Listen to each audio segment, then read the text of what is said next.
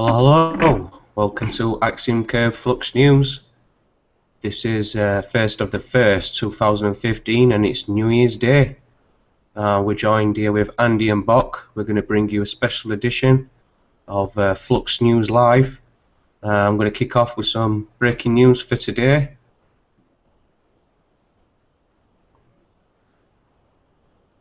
So, what we've got here is clinical depression is pervasive worldwide. Screen share. Islamabad. You got the screen, yeah? Yeah, I got it now, yeah, lovely. Cool. Okay guys, so Islamabad, clinical depression is extremely common around the world, with an estimated of 350 million cases reported by people of all ages suffer from depression, which is a leading cause of disability. Mental disorder, says the World Health Organization, is linked to about 1 million deaths every year from suicide or some other cause, such as substance abuse. Voice of America reported, there are effective treatments for depression, but some, like lithium, carry significant and even dangerous side effects. So researchers are now looking at a number of unconventional approaches to treating depression. In Britain, scientists think some of the vast number of microbes that live in the gut may play a role in the development of mood disorders. They report that so-called probiotics or helpful bacteria relieve anxiety in mice and lower levels of stress hormone cortisol. In humans, probiotic supplements have been shown to boost gut bacteria in preliminary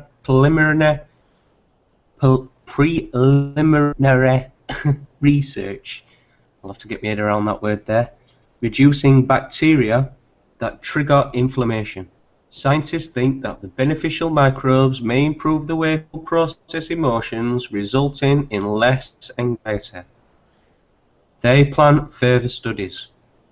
Meanwhile, a research consortium of half a dozen universities in the UK is focused on the role inflammation may play in clinical depression, exploring a newly discovered link between immune disorders such as diabetes and rheumatoid arthritis and mental illness. Investigators say up to 40% of patients who receive interferon to treat a liver infection, hepatitis, become depressed even though they were fine. Interferon triggers inflammation. Researchers stress that the link between inflammation and clinical depression is not yet understood. It's hoped that this new drug that reduces the inflammatory response can help ease depression, or that existing anti-inflammatory drugs can be repurposed to help those who suffer from a mental disorder. So, what do you think about this guy? Any information, any thoughts on the worldwide depression situation? Well, I think from some reports that I've read that they say the number one cause of depression is a lack of drinking water. Because when the brain dries up, well, that's definitely one major cause, I think. And the other one is it's the neurological imbalance. Mm-hmm. Basically, there's an imbalance, and that's either caused from your environment and your diet, or a combination of both. In other words, I don't link this to any kind of a genetic flaw or anything like that. I do believe there's a natural solution. In fact, I think I know there is one. What do you think, Andy? Yeah, I'll go along with you, Buck. I think one of the most underlooked reasons, I think, is society itself. I mean, right. I don't think, I don't think you were born to live in this society, even if you want to roll it back hundreds or thousands of years of any previous societies. I mean, everybody knows the difference between good and bad, and the feeling. It seems as though we're induced under a lot of artificial stress. Yeah. You know, it's not natural stress. I'm not saying that life should exist without stress. I'm just saying it's artificial things Yeah, that are bringing people down. yeah. There's a diff- Self-induced. It's self. well, there's a Well, diff- the environment's to blame too. You know. yeah, there's a difference between the stress that you would have if you was living a natural, normal life with a tiger chasing you that wants to eat you, or a Right. or a load of enforcement officers at your door banging to repossess your property because you haven't paid the mortgage. You know, they're two different types of stresses here, aren't they? Mm, Yeah. absolutely. So yeah, Yeah. I do think though, PJ, yeah, diet, eating the right things helps a lot with the enzymes in your stomach. Is definitely. I know when I don't feel particularly well with mine, even though I try my best to. I don't have the problems I used to have because um, I don't I don't involve myself too much with society as much as I used to. But you know, changing the diet does help in a lot of ways. But of course, I still think the psychological side of things is a big player in it, and society is one of them. So yeah, yeah. There's probably a multitude of causes, but I think the big one is we're not. I don't think we were ever put here to live Well, with I society. know over here in Canada, in our west coast, in the city of Vancouver particularly, the depression rates are amongst some of the highest in the world.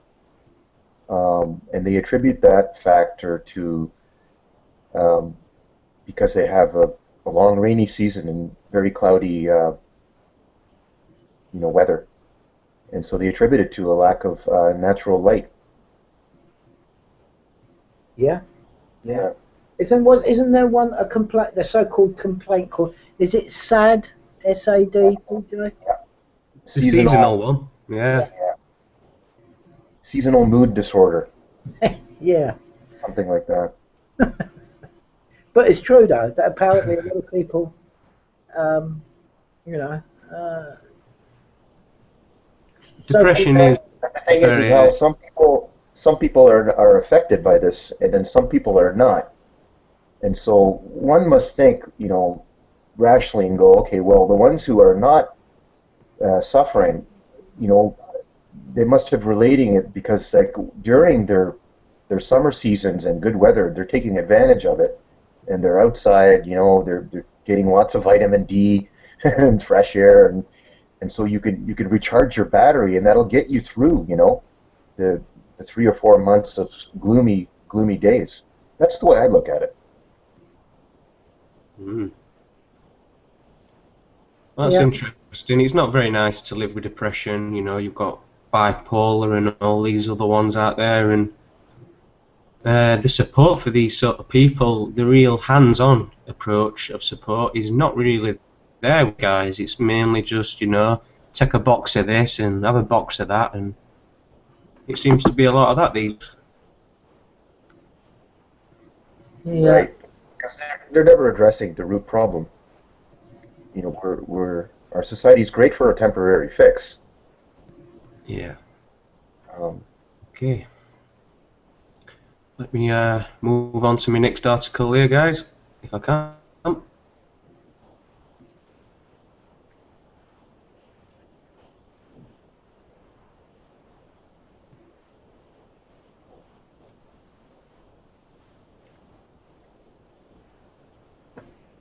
Okay, 1 second.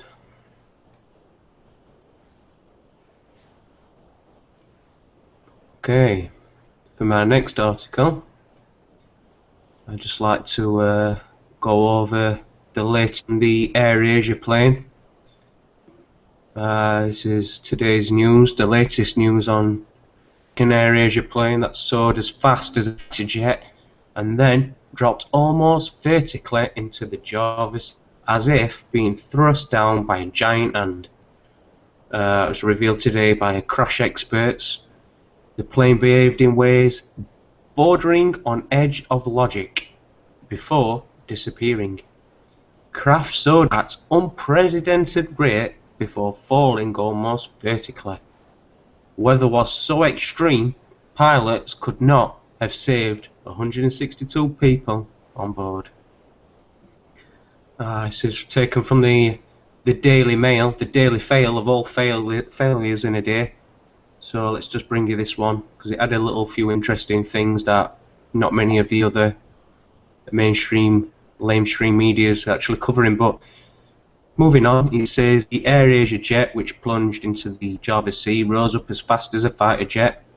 Their conclusion is that the Airbus 320-200 was in weather so freakishly extreme that there was nothing the pilots could have done to save the jet and all 162 people on board. Moving down here. Experts examining flight data leaked from the AirAsia crash investigation said the plane behaved in ways bordering on the edge of logic after rising thousands of feet into the air or falling almost vertically. Some more images here. He said that it's really hard to comprehend the way it goes down is bordering on the edge of logic.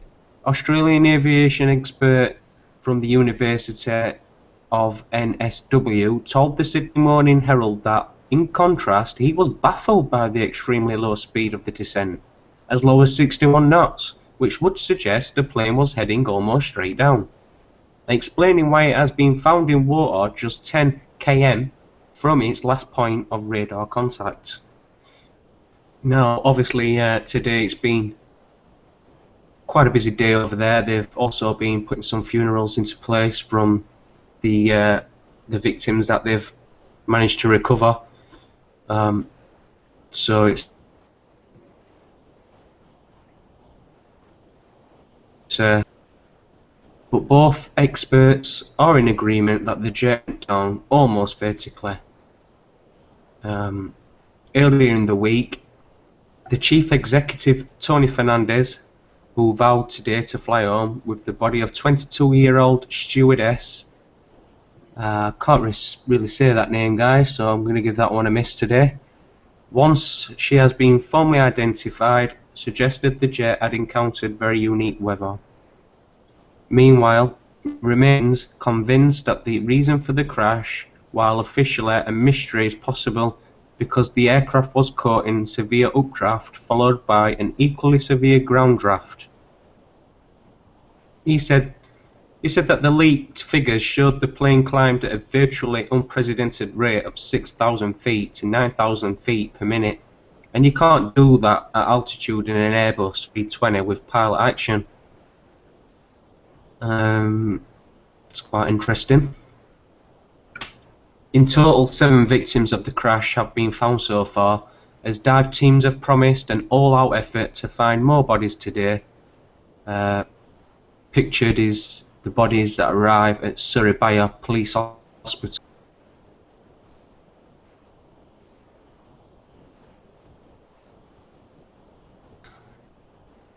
In the picture there, it just really goes over the fact that it says but then the aircraft fell at even more incredible rate of 11,000 feet a minute, with extraordinary burst of up to 24,000 feet a minute.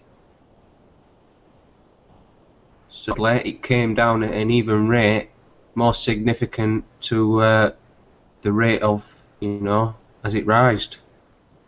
He said it's fascinating yet worrying. Comment earlier in the week, Mr. Fernandez suggested that climate change was making weather worse and flying riskier, particularly in the tropics.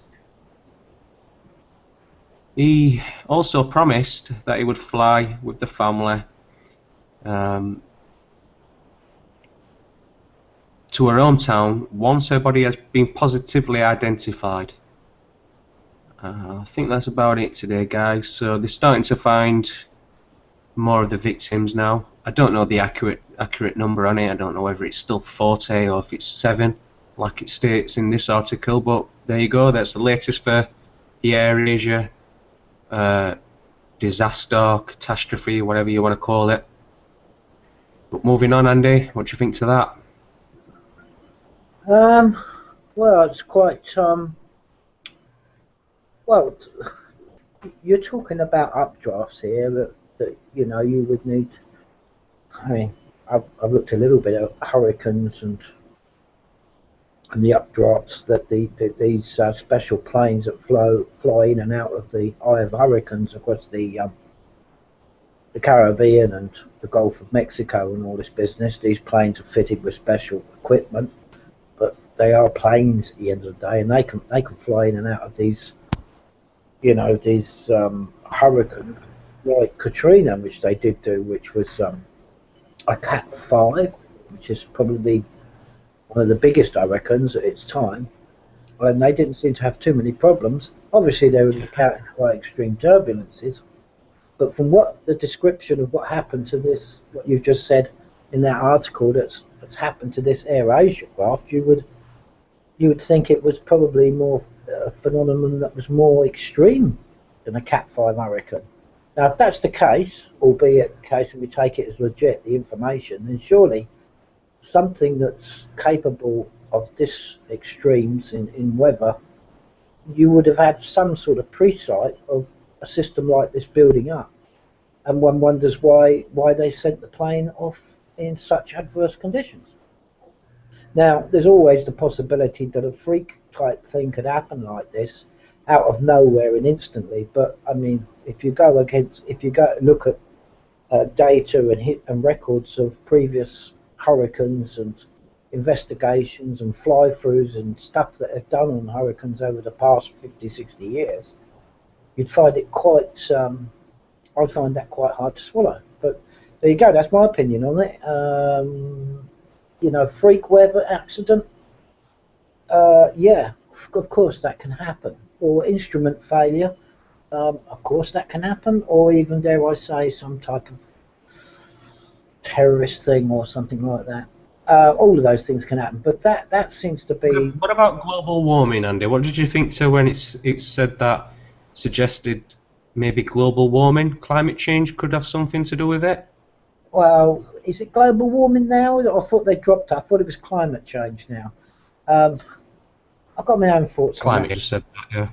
Yeah, I've got my own thoughts on that. And climate change, of course, climate is constantly changing.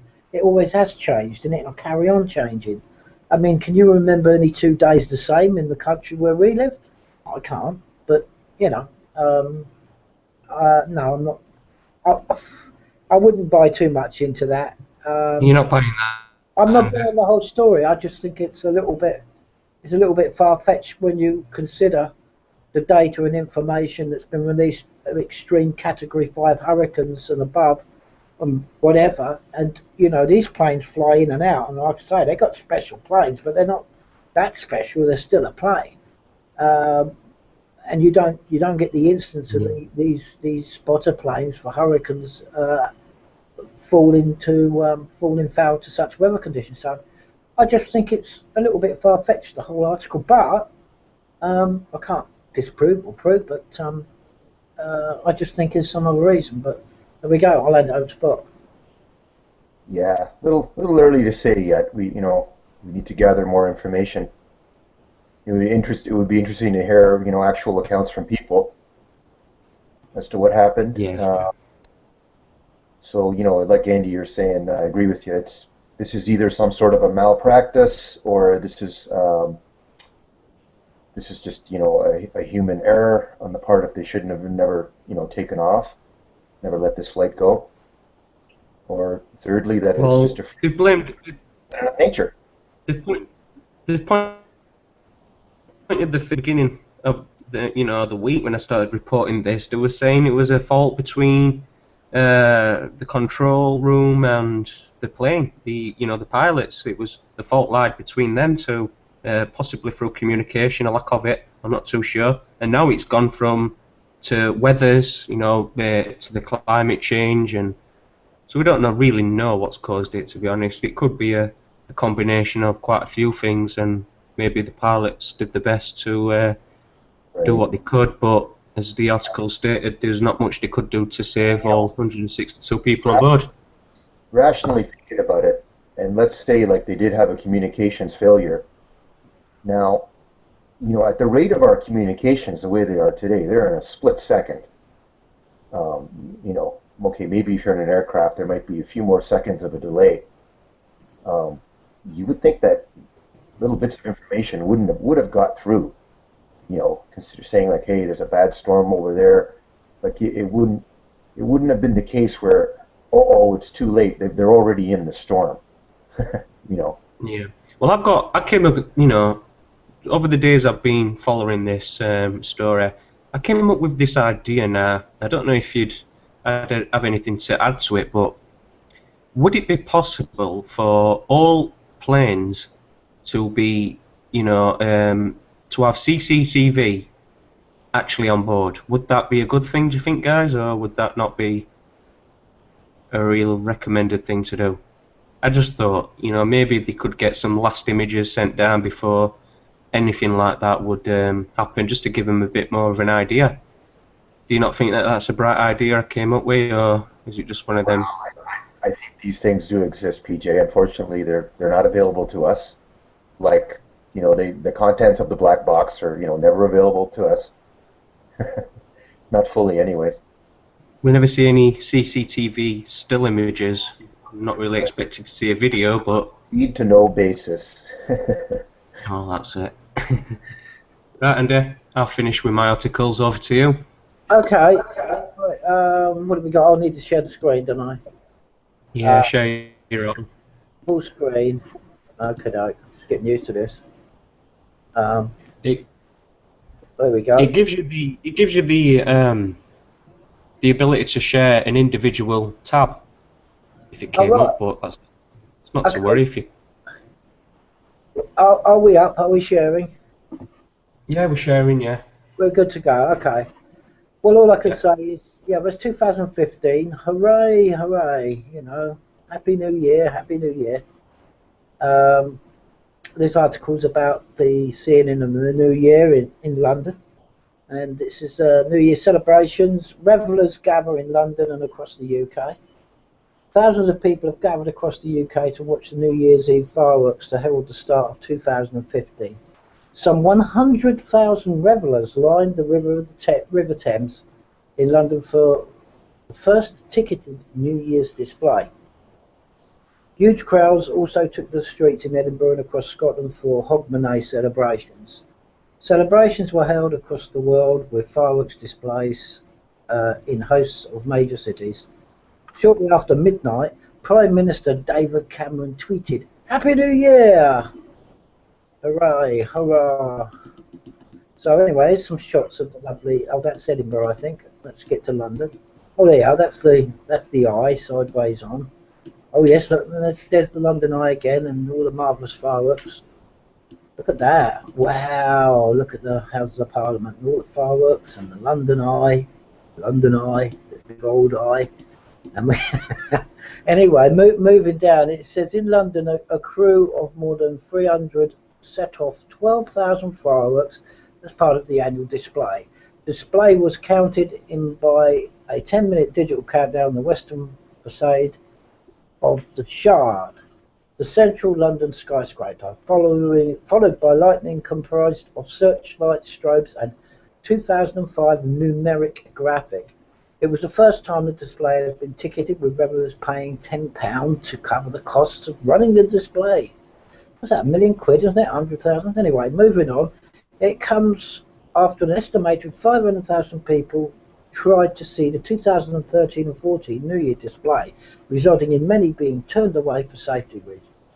Mayor of London, Boris Johnson, tweeted, "London's dazzling fireworks were a wonderful way to welcome in the new year. Thanks to all who made it such a safe and fun event," etc., etc. I won't read the whole article because I think you get the gist of it. We'll have a look at a couple of more nice photographs. Wow, look at this. London Eye, look at that. Look at that round the outside of it. Isn't that fantastic? Wow, this must be the best one in the whole world. Yeah, we'll better.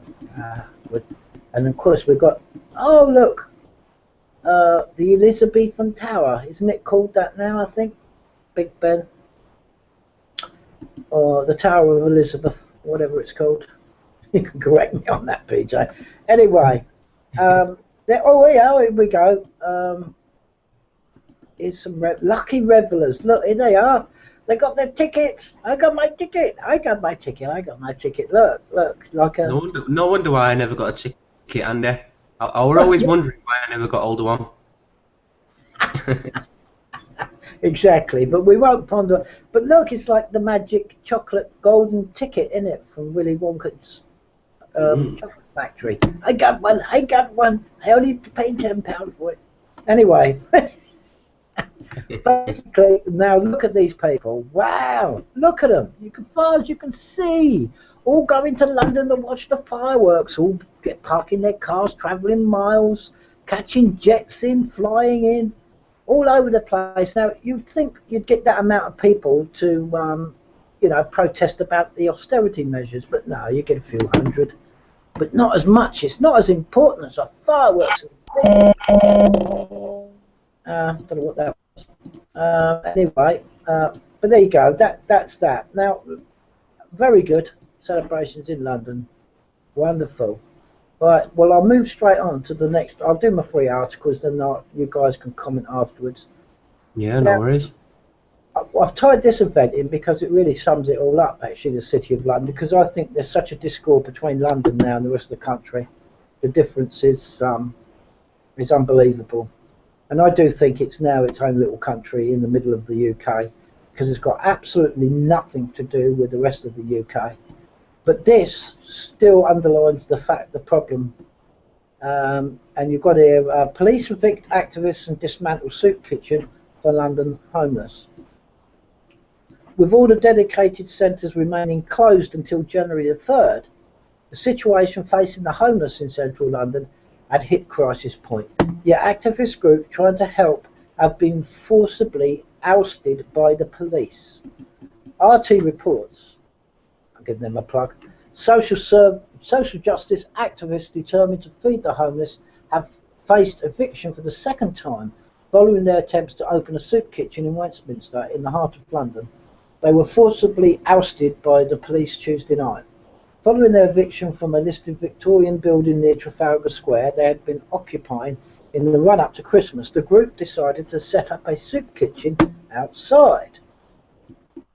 Since December the 25th, they have been distributing food, coffee and tea outside the vacant offices to people sleeping rough on the streets of London.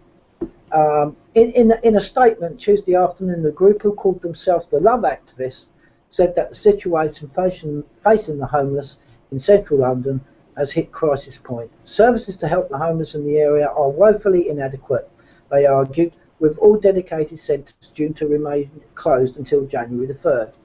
The Love Activists are one of the only groups protecting the homeless now, the group warned, adding it would not be moved on by the council. But on Tuesday night, police officers and council staff forcibly ousted the activists from the area and forced them to dismantle their soup kitchen.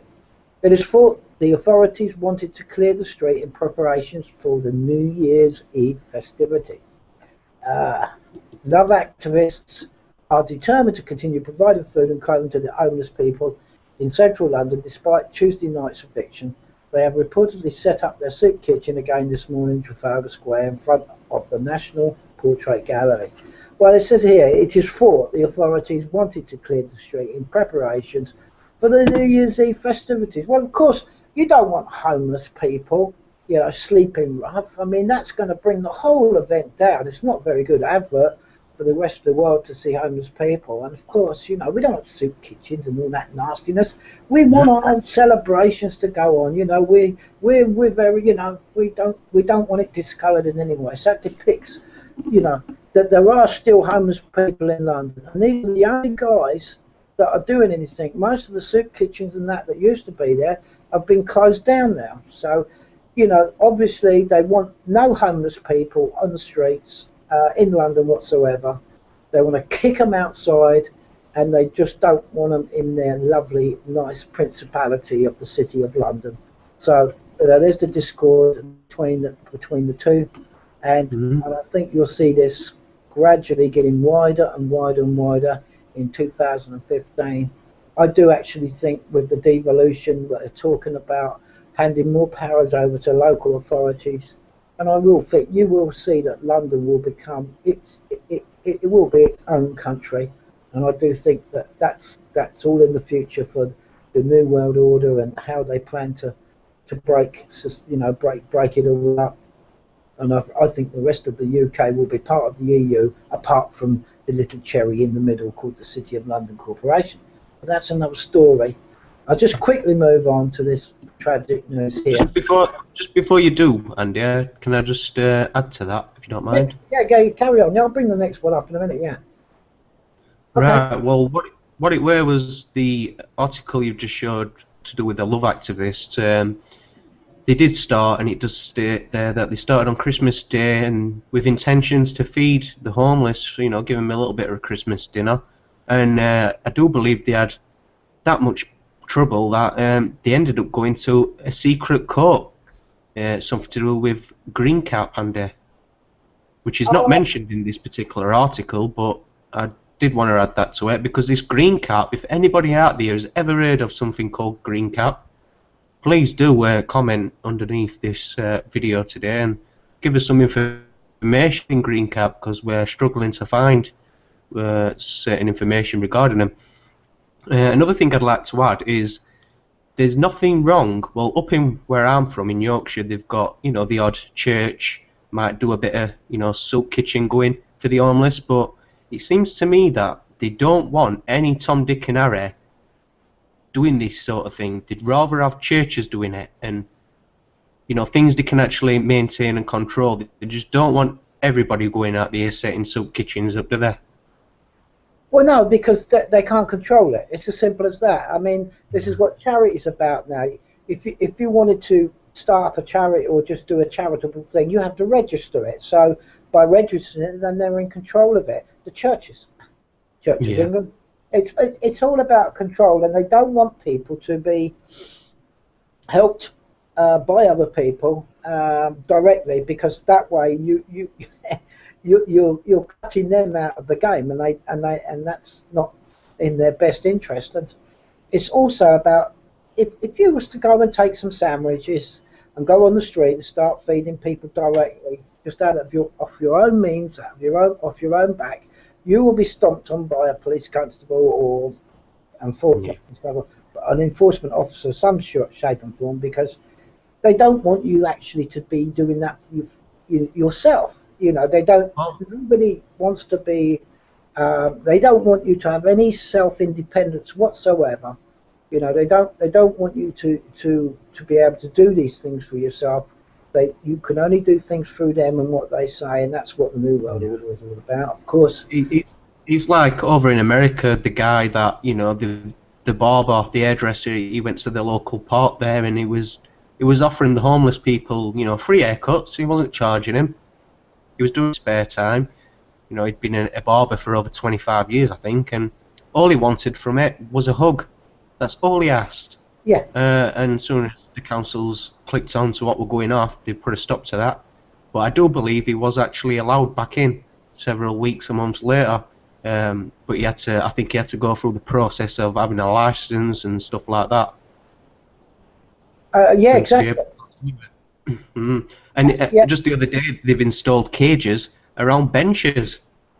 They put steel cages around benches to prevent the homeless from...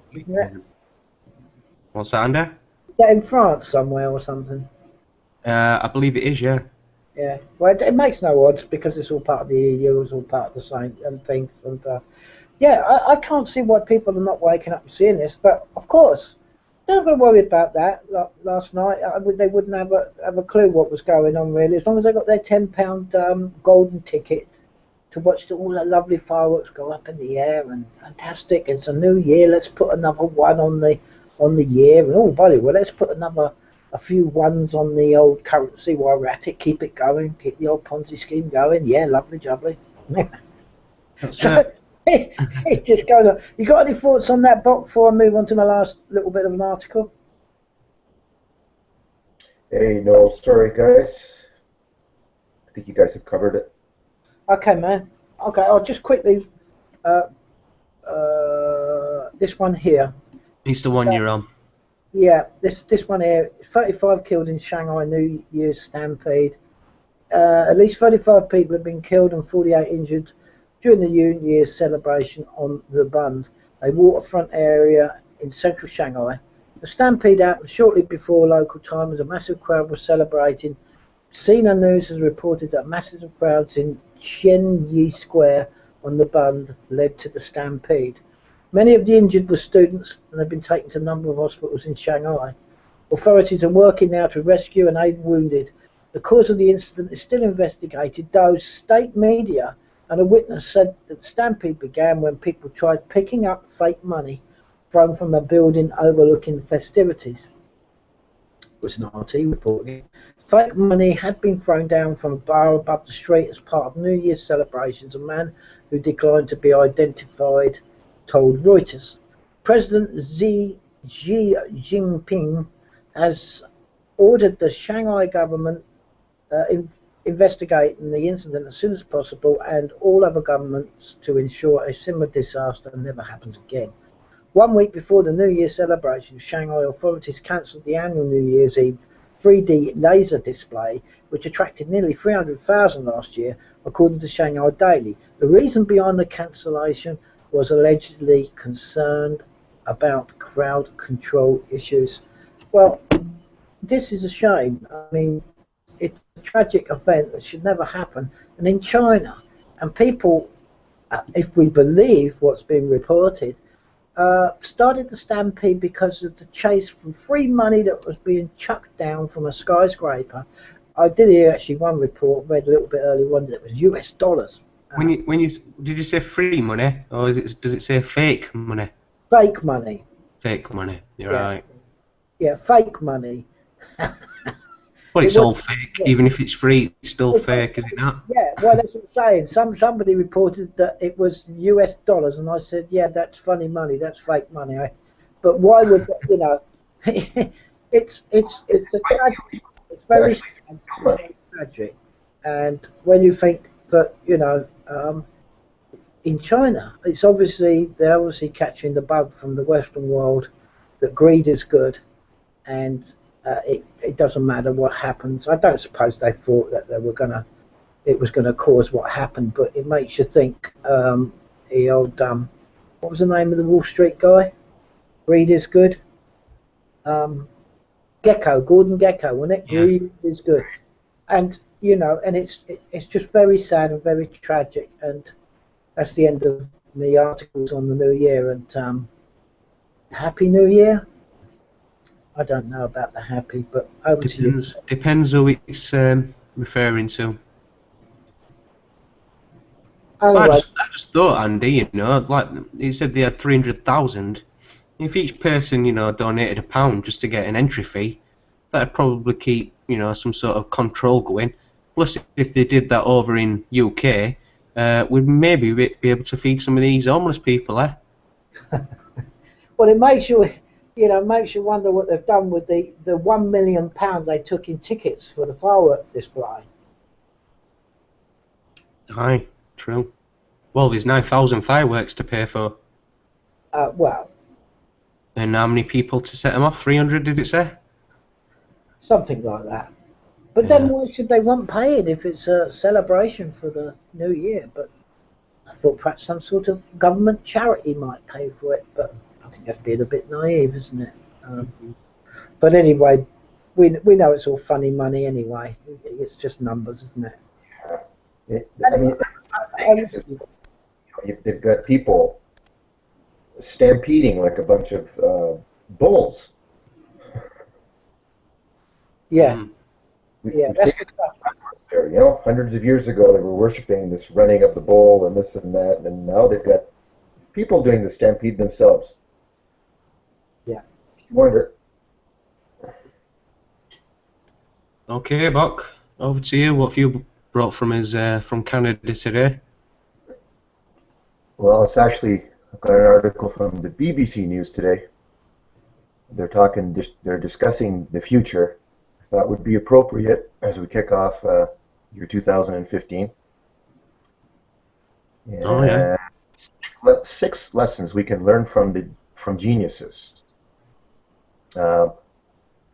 Starts off here, whether it's designing a supersonic vehicle helping the blind to see, or creating space history, what can we learn from the greatest minds behind these feats? Our series, The Genius Behind, has taken you inside the minds of people who are making the impossible possible, whether it's designing the fastest ever land vehicle, helping the blind to see, or creating space history. Success relies on raising levels of knowledge to new heights. What can we learn about genius from these minds? Based on people and the projects outlined in the series, we've come up with 6 lessons. Lesson 1: new challenges require new ways of thinking.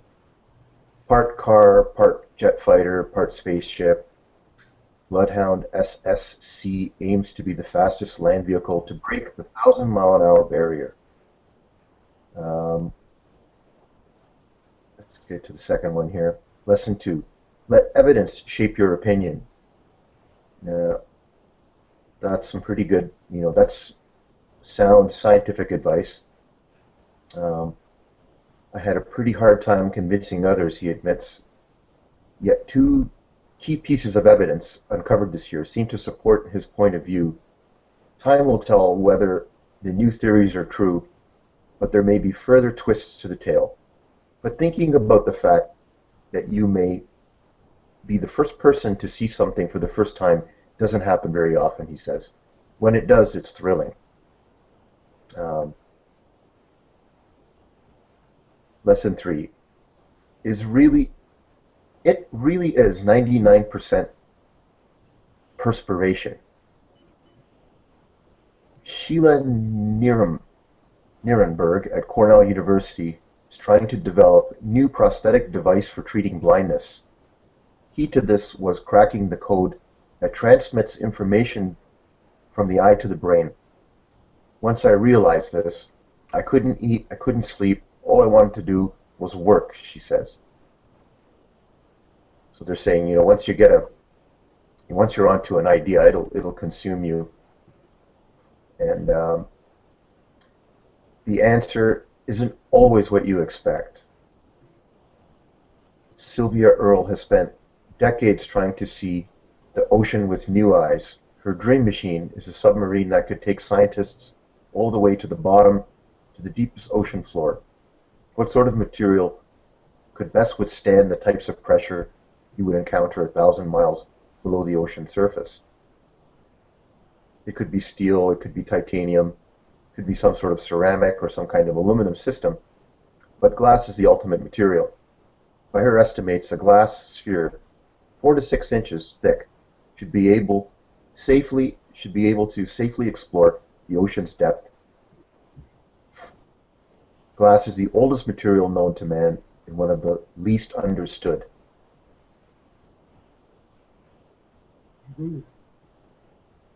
It has a higidly molecular structure, a bit like a liquid, rather than the ordered lattices often found in other solids. As a result, when glass is evenly squeezed from all sides, it would be under the ocean. The molecules cram close together and form a tighter structure. That's interesting. Lesson 5. A little luck goes a long way. I guess we can all kind of relate to that. Lesson 6. Genius is indefinable. It's a funny word. The word genius, says Nuremberg. I just sort of ignore it and go on with life. You just do what you do, independent of whatever labels attach to you. I don't really know how else to explain it. Well, that makes sense to me.